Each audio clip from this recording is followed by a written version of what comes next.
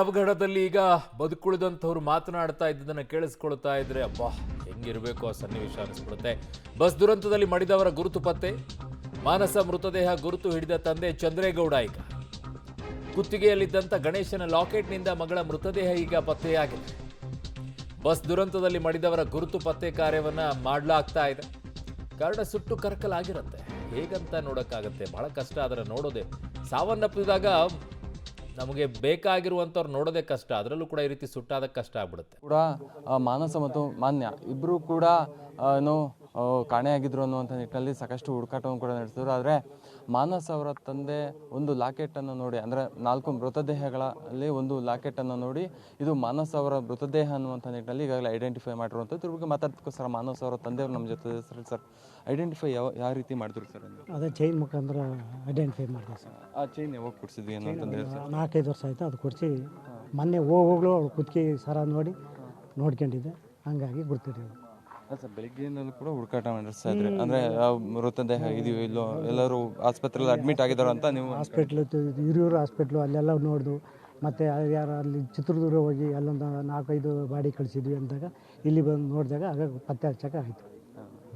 ನಿಮಗೆ ಮಾಹಿತಿ ಯಾವಾಗ ಹೆಂಗೆ ಗೊತ್ತಾಗಿದೆ ಸರ್? 6:15 ಫೋನ್ ಮಾಡಿದ್ದು ಅವಳು, ಅವ್ರ ಫ್ರೆಂಡು ಮಿಲಾನ, ಅವಳು ಫೋನ್ ಮಾಡಿದ್ವಿ. ಹಿಂಗೆ ಆಯಿತು, ಆಕ್ಸಿಡೆಂಟ್ ಆಯಿತು, ಬಸ್ಸೆಲ್ಲ ಸುಟ್ಟು ಹೋಗಿದೆ ಅಂತ ಅವ್ರು ಹೇಳಿದಾಗ ನಮ್ಗೆ ಗೊತ್ತಾಯಿತು. ನಾವು ಅಲ್ಲಿಂದ ಕಾರಲ್ಲಿ ಬಂದ್ವಿ ಸರ್. ಮದುವೆ ಎಂಗೇಜ್ಮೆಂಟ್ ಆಗಿತ್ತು, ಎಲ್ಲದಕ್ಕೂ ಸಿದ್ಧತೆ ಮಾಡ್ಕೊಂಡಿದ್ರಿ ಸರ್? ಎಲ್ಲ ಆ ತಿಂಗಳು ಮಾರ್ಚ್ ಏಪ್ರಿಲ್ಗೆ ಮದುವೆ ಫಿಕ್ಸ್ ಮಾಡಿದ್ದು. ಅಷ್ಟರೊಳಗೆ ಹಿಂಗೆ ಆಯಿತು ಸರ್. ಕೊನೆ ಬಾರಿ ಯಾವಾಗ ನೀವು ಮೀಟ್ ಆಗಿದ್ದು? ಬಸ್ಸನ್ನು ಹತ್ಸಕ್ಕೆ ಬಂದಿದ್ರಿ ಅಂತಂದು ಹೇಳ್ತಾರೆ. ಬಸ್ ಹತ್ಸಕ್ಕೆ ಅವ್ರು ಬೆಂಗಳೂರಲ್ಲಿ ಇದ್ದು, ನಾವು ಚಂದ್ರಬಣ್ಣ ಇದ್ದು. ಸೋಮವಾರ ನೈಟು ಬಸ್ ಹಚ್ಚಿ ಕೂರಿಸಿ ಸೀಟ್ ಮಾಡಿ ಕಳಿಸ್ತು. ಬೆಂಗಳೂರಿಗೆ ಹೋಗ್ತೀನಿ ಅಂತ ಹೋಗ್ತೀನಿ. ಎಂಗೇಜ್ಮೆಂಟ್ ಆಗಿದೆ, ಯಾವಾಗ ಮದುವೆ ಅಂತ ಫಿಕ್ಸ್ ಮಾಡಿದ್ರು ಸರ್ ಆಲ್ರೆಡಿ? ಫಿಕ್ಸ್ ಮಾಡಿದ್ವಿ. ಏಪ್ರಿಲ್ ಮೇ ತಿಂಗಳಲ್ಲಿ ಮಾಡೋಣ ಅಂತ ಎಲ್ಲ ಫಿಕ್ಸ್ ಮಾಡ್ತೀನಿ. ಇವಾಗ ಅಂದರೆ ಬೆಳೆದಿರೋ ಮಗಳು ಇವಾಗ ಕಳ್ಕೊಂಡಿರೋದಕ್ಕೆ ಭಾಳ ದುಃಖ ಸರ್. ಇವಾಗ ಮುಂದಿನ ದಾರಿ ಇನ್ನೇನು ಮಾಡೋಂಗಿಲ್ಲ, ಇನ್ನೇನು ಆಗೋದಾಗೋಯ್ತು, ಇನ್ನೇನು ಮಾಡೋಂಗಿಲ್ಲ ಅಷ್ಟೇ. ನನ್ನ ಮಗಳು ಓದ್ಲು ಅಂತ ಸುಮ್ಮನೆ ಒಂದು ಭರವಸೆ ಇತ್ತು ಸರ್, ಬೆಳಿಗ್ಗೆಯಿಂದಲೂ ಕೂಡ ಸಿಗ್ತಾರೆ ನಮಗೆ ಜೀವಂತವಾಗಿ ಸಿಗ್ತಾರೆ ಅಂತ ಭರವಸೆ ಇತ್ತು. ನಾವು ಜೀವಂತವಾಗಿ ಇದ್ದಾಳೆ, ಎಲ್ಲೋ ಹಾಸ್ಪಿಟ್ಲ್, ಎಲ್ಲೋ ಬೆಂಗಳೂರಲ್ಲಿ ವಿಕ್ಟೋರಿಯಾ ಹಾಸ್ಪಿಟ್ಲಲ್ಲಿ ಅಲ್ಲೆಲ್ಲ ಕಂಪನಿ ಎಲ್ಲ ಫೋನ್ ಮಾಡಿ ಎಲ್ಲ ಡೀಟೇಲ್ಸ್ ತಿಳ್ಕೊಂಡು ಎಲ್ಲೂ ಗೊತ್ತಿಲ್ಲ ಅಂದರು. ಇಲ್ಲಿ ಬಂದಾಗ ಪತ್ತೆ ಆಯಿತು.